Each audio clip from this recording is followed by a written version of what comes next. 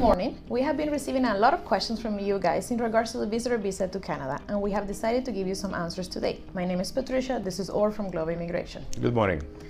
Okay, the first question that we received: what are the visa requirements for visiting Canada as a tourist? The main requirements are to demonstrate the main purpose of your visit to Canada. You also have to demonstrate as many ties to your home country as you possibly can, and of course the financial ability, capability to travel to Canada, pay for your trip, and remain here for a period of time. Okay, how long I can stay in Canada as a visitor? The rule of thumb is 6 months from the date of your entry to Canada. So it doesn't matter how long your visa is valid for in your passport. It is when you enter Canada, usually it's 6 months from that date, or the date that the officer may decide at the port of entry. Okay, great. And what kind of documents do I need to enter Canada as a tourist? That will depend on your situation.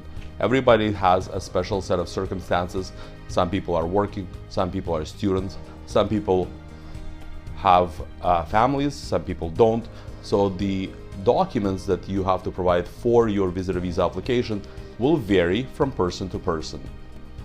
Okay, great. The other question that we receive is, can I work or study in Canada while I'm there as a tourist?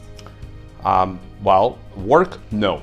Definitely you're not allowed to work under any circumstances as a visitor in Canada. However, you're allowed to look for work.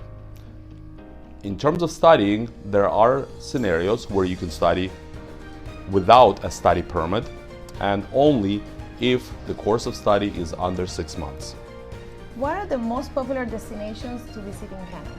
That will depend on many different factors. Canada is a very large country, many different places to visit, great places. If you have family, of course, you're going to be visiting where your family is. However, some of the main attractions we have in Toronto, in Ontario, Niagara Falls. Of course, there's Montreal, which is a great city. Vancouver, the plains are fantastic. So the prairies, PEI, Nova Scotia as well, the East Coast. So there's many different places to see, and they're all very unique in their own way and worth visiting. Amazing. And how can I extend my stay in Canada as a visitor? If you do want to stay in Canada for longer than the intended visit or the time that you have been allocated or allowed to stay here by CBSA, or if the 6 months has passed, there's always an application that you can make to extend your visa, and it's a paper-based application. It can be filed, and you can remain in Canada until a decision is made and stay here longer if your visitor visa is approved, extension is approved. Okay. And what happens if the visa is rejected? What should I do?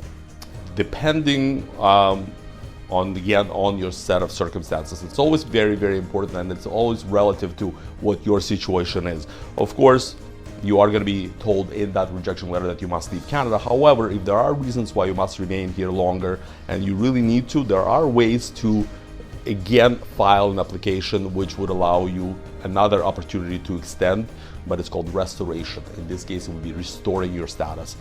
It is done a lot, but again, it will depend on your personal circumstances, which we can discuss with you. Okay, that's great. And in terms of resources, what kind of resources are available in Canada for visitors?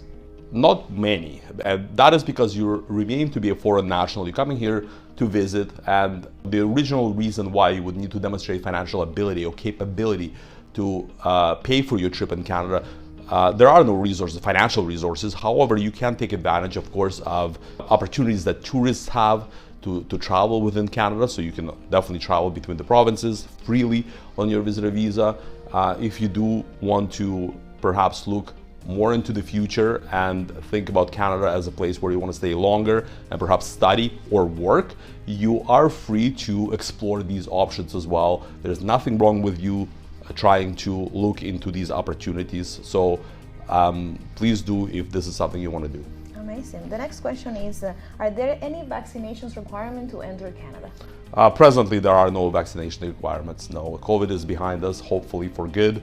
So no, you're free to travel. Okay, that's very good to know. What is the official currency in Canada, and how can I exchange the money? Canadian dollar. So it's Canada's official currency, and you can get exchanges anywhere.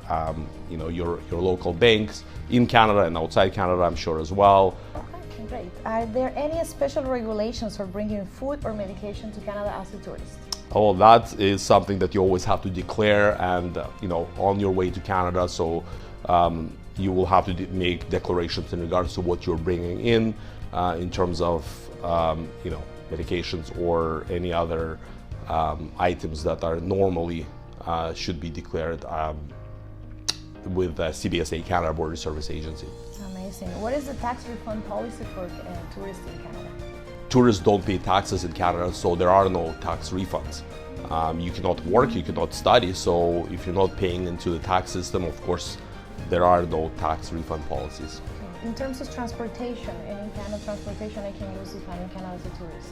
You can use any means of transportation, whatever is available. There's public transit, so we have buses, we have trains, we have go-karts.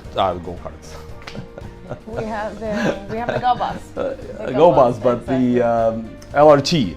It's a light rail transportation system, so it's actually very, very good. Of course, taxis, Uber is all over Canada. This is something that's all over the world at this point. Private chauffeurs, if you can afford one, but everything is available to you as to anybody else. Freedom of movement is here. Amazing. And the last question we received: where I can find reliable information about accommodation in Canada during my visit?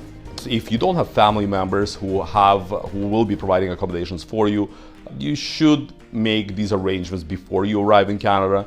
And again, there are hotels, and there's Airbnb, and any other number of private accommodations that you can find and secure for yourself. But it's always advisable to do so before you arrive in Canada, because if you plan on staying here, especially for a longer period of time than just a quick short-term visit of a week or two, it may be challenging to secure long-term accommodations for somebody who just came to Canada and don't really know anybody here. So something to look into for sure.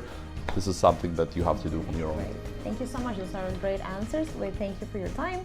Thank you, and I hope that we were able to answer all your questions today. Thank you, everyone. Follow Global Immigration.